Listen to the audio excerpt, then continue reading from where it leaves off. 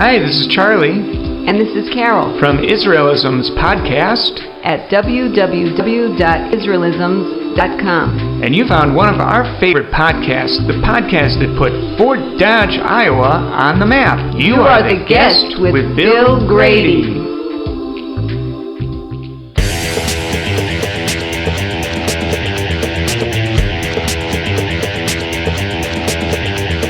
Welcome to You Are the Guest, a weekly show where you can be the guest and tell people what you and your friends and neighbors think about news, events, and issues of the day. It's part talk show, part opinion poll, part reality show, and a whole lot of fun. And it's completely dependent upon your participation as a guest. To be considered as a guest for a future show, check out the website at www.youaretheguest.com for details. Now here's your program host, Bill Grady. Greetings from the great city of Fort Dodge, Iowa, and welcome to show 22 of You Are the Guest, the show where we talk to everyday people just like you and me about their lives and about the issues of the day. Our guest today is from Singapore. Malcolm, welcome to You Are the Guest. Hello, everybody. Good day. Malcolm, why don't you tell our audience a little bit about yourself and about your life? Well, everybody, I'm a 21-year-old. I don't know if you call it a youth or man, a 21-year-old male, living in a sunny tropical Singapore where the weather is always around 30 degrees Celsius, somehow in the 90 Fahrenheit, and the humidity is very high. I'm now serving the nation in the Navy as a security personnel where I have to stand guard at the gates, waiting for some trouble to make us all run around and chase a person. So every Singapore male has to serve 2 years in the military. Some get to serve in the fire service or in the police, but majority of us have to serve in the military. I'm having a diploma in electronics and computer engineering. I just finished that last year before I started to serve. And yes, this is how I see. For my life here, I think I would love to emigrate overseas, and there have been lots of talking in the local scene where people say, where do they like to go? Australia is quite a popular place, but for me, I'm thinking of immigration, but I've not thought of any particular destination yet. Where else have you lived? Well, I have not lived anywhere else except maybe Germany when I was there for my 6 months internship. Well, I've been on holidays to other places for quite an extended period of time. I could say that I was in Australia long enough to try what living there was like, as well as in the United Kingdom. Could you describe Singapore to the people who have never been there before? Well, Singapore, it's somewhere in Southeast Asia. It's very close to the equator. If you know where Thailand is, with Bangkok as a capital, it is about 2 hours flying time south of Bangkok. If you know where Australia is, it is about 6 hours northwest flying time from Australia. And Singapore, because it is near to the equator, it has a very tropical climate where it's usually summer, hot all year round, without any seasonal changes. The only slight season changes we have is when we have the rainy season, where we just have more thunderstorms and rains, and the drier season, where you don't get so much rain and you get more sun. Well, if you love to have the sun for most of the time in the year, you can come to Singapore or any of our neighboring countries. Singapore is also a very one of the countries where we are not prone to any natural disasters like earthquakes or strong winds. This is because we are situated in a part of Southeast Asia where our neighboring islands or lands like Malaysia and Indonesian islands of Sumatra and Java protect us from the elements of the ocean. Are people from Singapore mainly of Chinese descent? According to the statistics here, Chinese descent carries about 60 to 70%. I'm not sure of the details. The next biggest ethnic group are the Malays, which is about 30%. And then the next one, which is about 10 or less percentage, they are the Indians. The Indians are usually from South India. They were from South India. Other minorities include Eurasians, North Indians, and also some Caucasian people who have stayed over after Singapore became independent. What's the strangest thing you've ever seen in Singapore? Strangest thing? Well, everything here has been introduced at such a fast rate that we get accustomed to things, but from my personal opinion, one of my strangest things is actually one of the foreign foods that I eat here, and it is actually the Turkish kebab. I mean, where usually they roast meat. Yes, we have roast meats we can sell at a supermarket, but having the kebab, the meat cut into slice from a roaster, I think that's one of the strangest things to me. I've not tried it before, but after trying it, I love the food, and I'm sure go back for more. How are the laws different in Singapore than anywhere else in the world? Well, the laws here, they are quite strict. I'm sure for the American listeners, you may have an encounter about 10 years ago with this youth, Michael Fay, who spray painted, vandalized some cars in Singapore, and he got caught. And the penalty for vandalism was caning. They actually pull down your trousers, put you on a frame, and have a professional person to take a cane, a wooden pole, and hit your bottom. It's very painful. There's another issue about law in Singapore where there's really no, or should I say, little justice. Why? Because if you look at the opposition in the politics of Singapore, there's really very little opposition. Out of maybe 60 over seats in Parliament, there are only 2 occupied by the opposition. You can say that Singapore can portray that it is a democracy, but actually I think it's some like a dictatorship with a one big majority party. Well, why do the rest of the world don't see it as a dictatorship? Because we just hold something called elections, and this what we can show the world, democracy, but I think it's really dictatorship. It's a very clear case because when somebody from the ruling party sues an smaller opposition party, there's very little fighting going on, or very little arguments, and it is usually the case where the proposition party will win the case with a lot of damages given to them. Another time is when you cannot really freely express yourselves here, because here they have many laws of, let me see, what's that word? Yes, they can sue you for libel if you just say any little thing wrong, or if they interpret what you have said, your political opinions, in any way, if they can manipulate the meaning to say that you are against them, they can sue you for libel. One of the really hottest issue now is the death penalty. If you have catch the news, the Australians are definitely very against it. They are thinking of boycotting Singapore's businesses. And I think this is the hottest issue and one of the hardest thing of the law in Singapore. They can hang you for drug trafficking, and it's a very tight requirement. You need to only traffic more than 15 grams of heroin.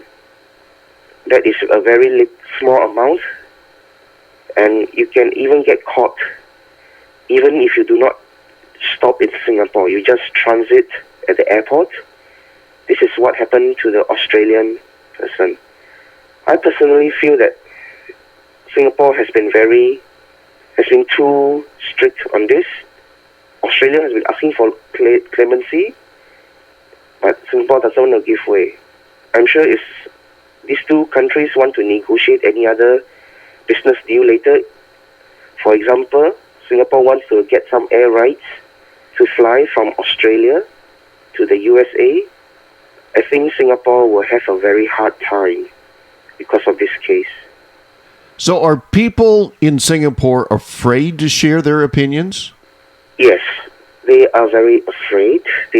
Even if a radio or television interview goes to them, they will usually brush them off. The only place that some sharing is done is online through forums, but then again, the moderators are afraid of very strict, sideline political views, and sometimes they may edit the postings online. So what is giving you the courage today to share your opinions? Well, I have a feeling that the Singapore political party would not tap onto this interview. So why not give it a try? Anyway, I'm not really that loyal to my country, although I have to say I'm loyal when I am in the military. What is the process that young people have to go through as they're drafted into the military? Because you have to serve 2 years, right? Yes, 2 years. Well, it starts when they receive an enlistment letter, and usually majority of us will go to the recruit training at an island called Pulau Tekong. This island, it is an offshore island off the east coast of Singapore. We go and with our parents and with our with our siblings, we go to this island on a ferry, and our parents will witness us swearing, or should we say, saying an oath of allegiance to the military. And after that, we will go to the cookhouse where you have one so-called final meal before you separate to the camp and your parents and siblings to the ferry back to Singapore Island. Then, of course, they will change your identity card from the civilian style to the military identity. And of course, after that comes the hardest time for some of us, where we have to shave our head bald. Really, some people are so used to their hair that everything drops out and they're just surprised. They keep polishing their newfound baldness when they're done with the barber. And of course, finally, we will be allocated to our barracks and issued with all the uniform and other items. And we start the training proper that night. How do you get your local news, or how do you get national news or international news? If you want it for free, we have the BBC World Service over the local FM radio. We also get radio news through the FM channels.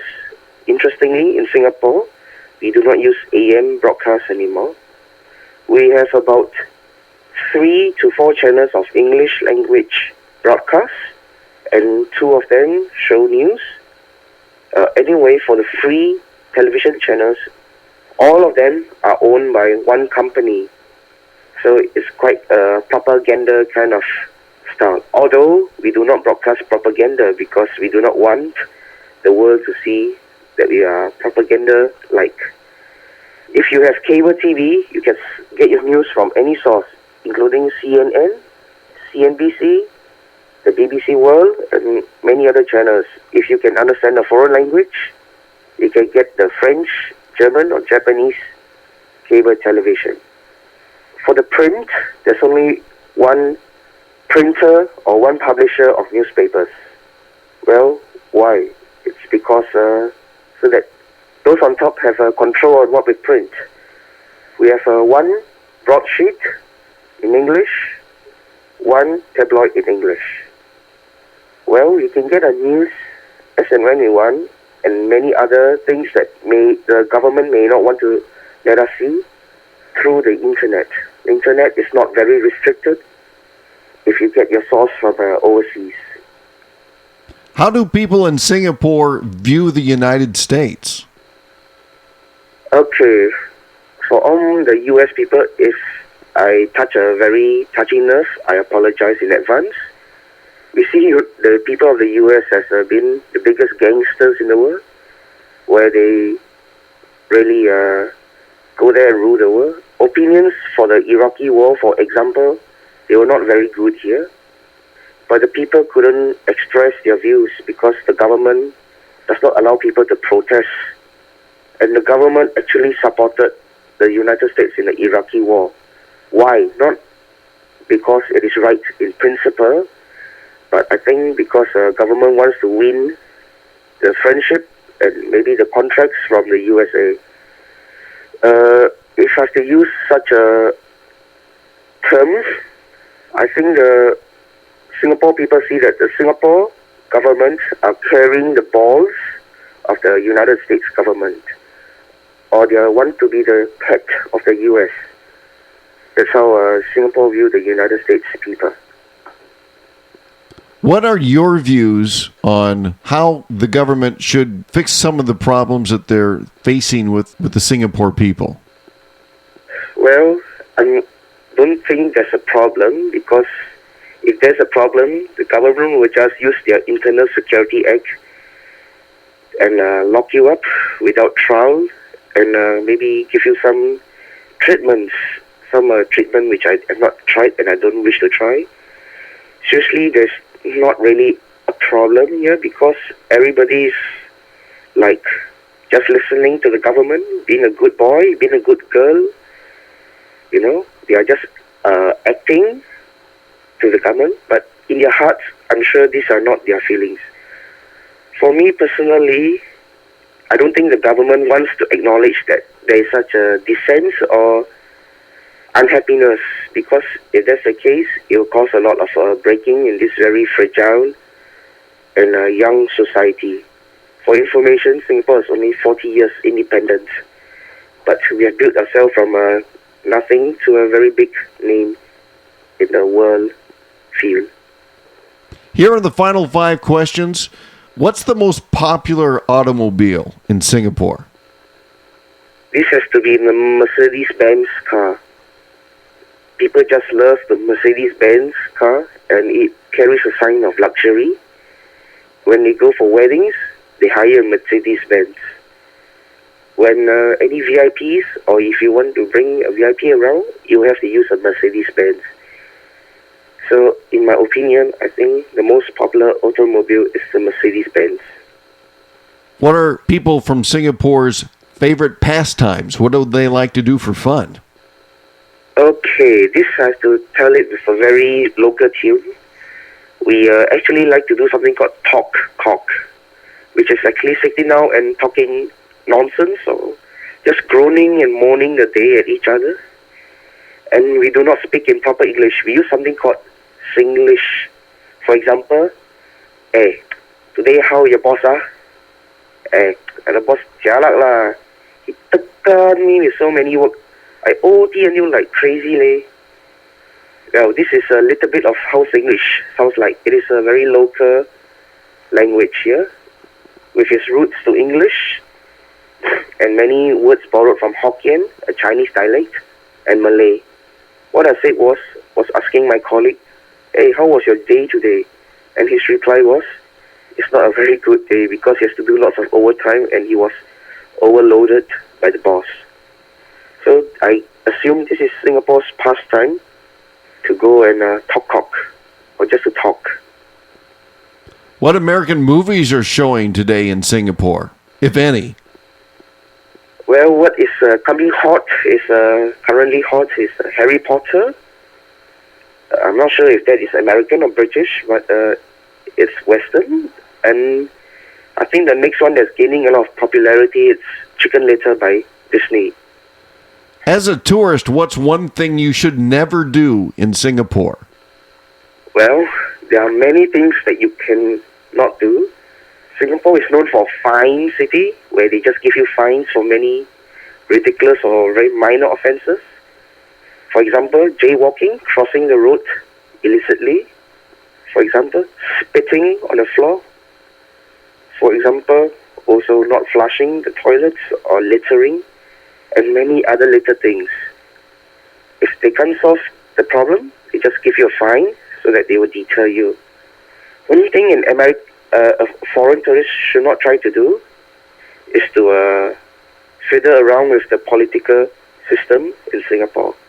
There were some foreigners who did it, and somehow now they are banned entry from Singapore. They are not welcomed visitors. The government in Singapore doesn't like foreign intervention. And final question, what's the one thing everyone should know about Singapore? Well, one thing I have to tell the world, it is whatever you see Singapore as, it's better if you come, ask the people, take a look yourself inside. Because what the leaders are trying to portray are not necessarily what the people think. Malcolm, it's time to play Ask Bill 3. This is where I'm going to turn the microphone over to you, and you get to ask me 3 questions about anything. So it's your turn, my friend. All right. I would like to ask you about Black Friday shopping. In Singapore, we are known to be quite pushy people, especially when we have a big discount or sales, and they really push people into the shopping center. But of course, we do not trip over people.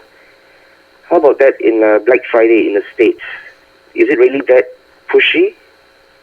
Not so much here in Iowa. There are lines for some of the stores before they open up, but there's not that hysteria of we have to get this item at all costs.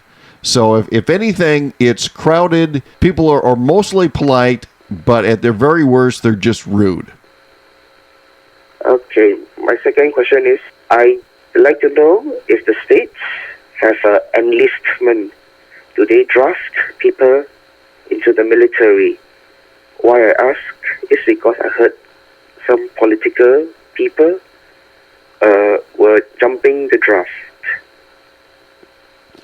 There is no military draft, and there hasn't been a military draft for many, many years. However, there is mandatory registration, and every male over the age of 18 has to register, but it is still a voluntary staff. Did I answer your question? Yes. It is quite interesting to me because I get to understand that when the army or the military needs people, that's when they start to draft people. If there's no demand, they will not draft people. And now, my final question is, how does America handle relations with their neighbors? For example, Canada and Mexico. Are they on very warm relations, or are they getting cold?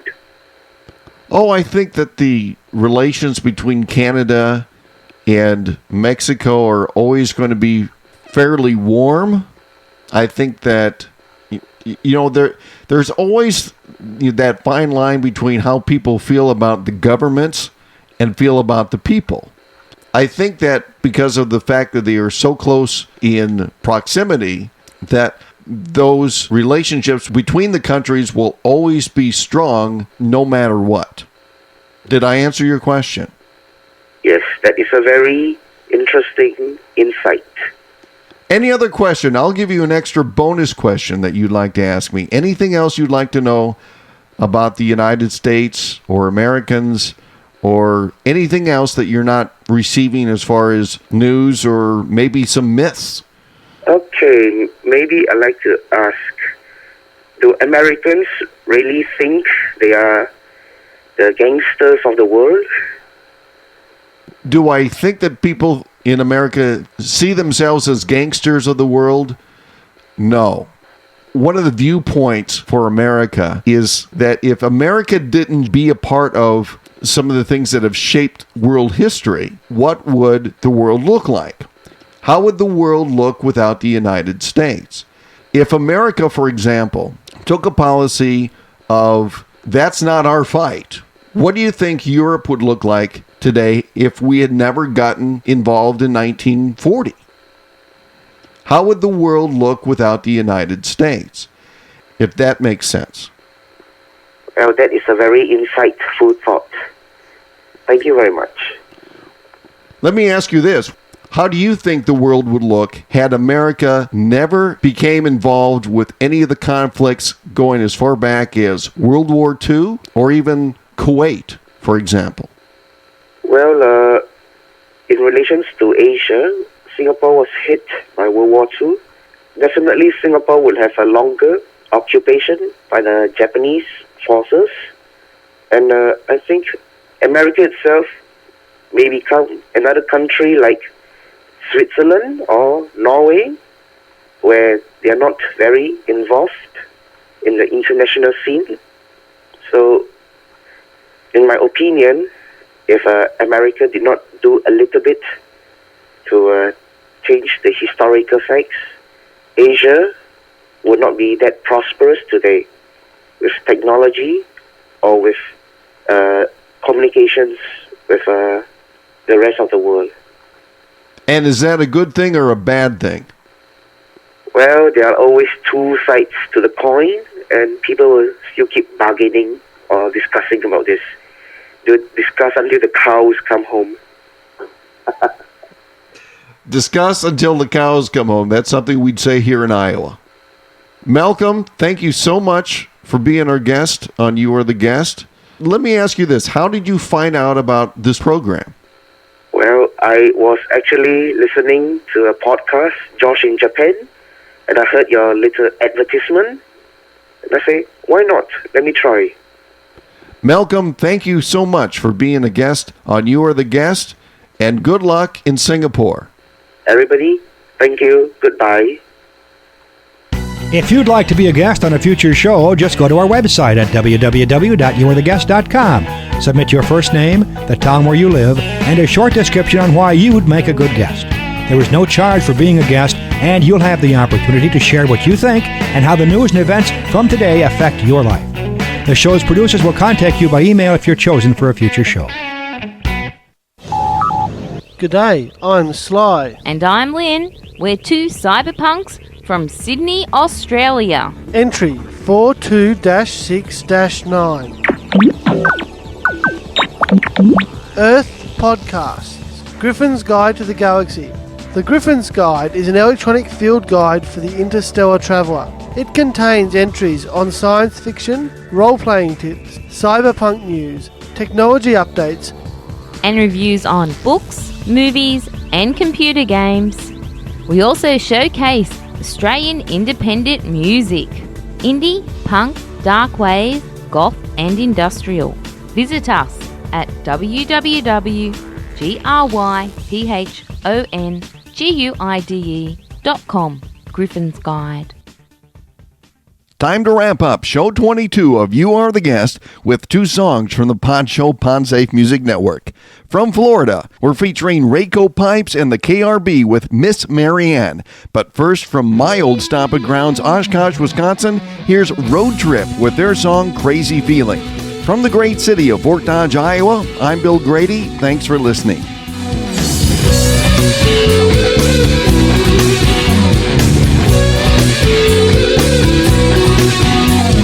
Crazy feeling on my mind. A happy day, a different time. Better days I'm living in.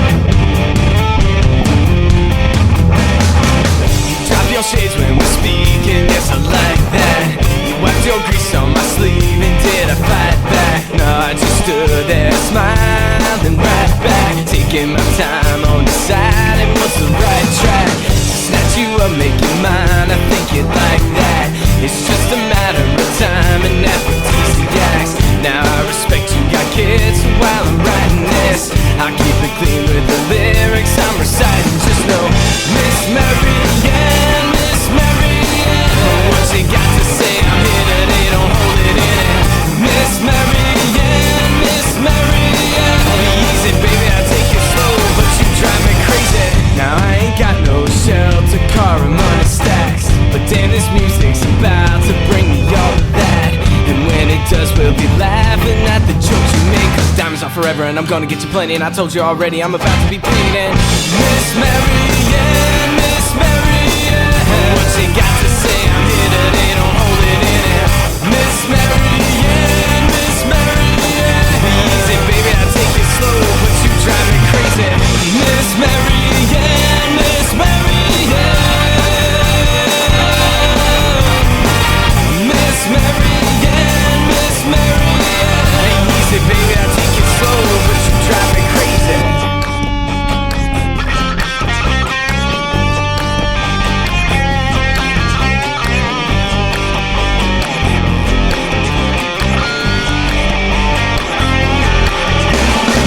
Now thank you in advance for the chance you're giving me, and thank me later for favors and your security. Your broken watch is reading and it's 1:13, and let's take this shot, we can bounce and we can hit the sheets. And Miss Marianne, Miss Marianne, what you got to say? I'm here today, don't hold it in. Miss Marianne, Miss Marianne, easy baby, I take it slow, but you drive me crazy. Okay, so I'm trouble with a capital T, but if I beg your pardon, you should listen to me when I tell you you're no angel with them sneaky ass eyes and the wicked crazy two-sided Gemini mind. Anyway, we drank the hypnotic, she put it on ice, and I rolled the good kind of glue the smoke in her eyes. Speeding down 95, weaving through traffic, got my hands on her thighs, trying to work some magic like David Blaine. I can travel through time, get back to the future, get the rhythm in line. It gets faster, faster, faster, faster. Got my hands on her thighs and I asked her. It gets faster, faster, faster, faster. Got my hands on her thighs and I asked her, maybe just maybe can I take you home? Miss Marianne, Miss Marianne, Miss Marianne, Miss Marianne, Miss Marianne, Miss Marianne, what you got to say? I'm here today, don't hold it in. Miss Marianne, Miss Marianne, easy baby, I take it slow, but you drive me crazy. Music provided from the PodSafe Music Network. Check it out at music.podshow.com.